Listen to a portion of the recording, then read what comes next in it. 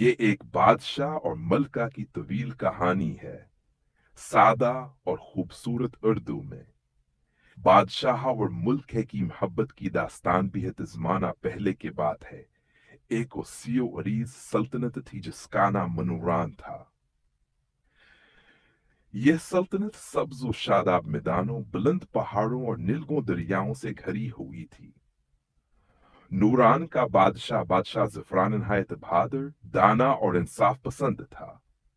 राया से दिल से चाहती थी, क्योंकि वो हर फैसले में सच्चा और अदल को मुकद्दम रखता था।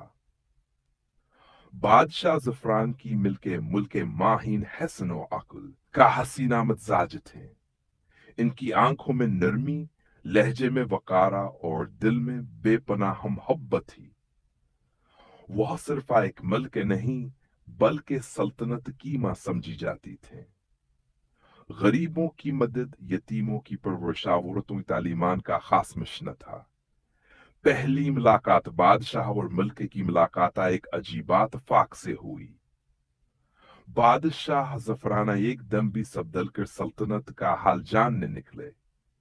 एक गांव में इन्होंने देखा, कहा एक बावकार खातू नस्ख मिर्चों कैमर हम पट कर रही हैं। वह मुल्क हिमाहीनत हैं जो शाहिल बास के बगैर अवाम की खिदमत में मसरूफ थे।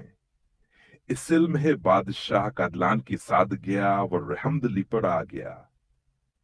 मोहब्बत का सफर वक्त के साथ ही हम मुलाकातें बढ़ती गए।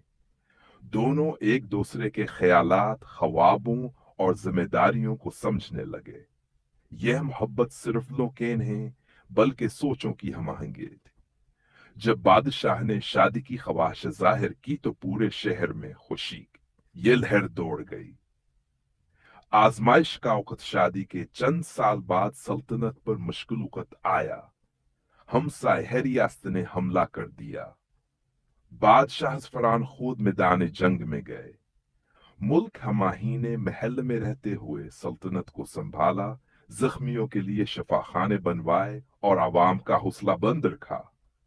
जंग कई महीनों तक जारी रही, मगर आखिरकार बादशाह फतहयाब होकर लूटे। असदमल के नेहा ताकत तलवार में नहीं, इत्तेहाद और मोहब्बत में होती है। शैश सुनहरा दुरास के बाद नूरान सल्तनत ने तरक्की कीनी मनाजिल देखे। इल्म, तिजारत और अमन का दौर शुरू हुआ। बादशाह और मुल्क ने मुल्क ऐसी मिसाल कायम की कि आने वाली नस्लें उन्हें एक मिसाली जोड़े के तौर पर याद करती रहें। इंजाम जब वो दोनों बूढ़े हुए तब उन्होंने तख्ता अपने बेटे के हवाले किया और खुद सादा जिंदगी गुजारने लगे। इनकी आनी आज भेनुरान में सुनाई जाती है। एक ऐसी कहानी जो मोहब्बत, कुर्बानी और इंसाफ की अलामत है। अगर आप चाहें तो मैं इसे रोमानवी बना सकता हूं,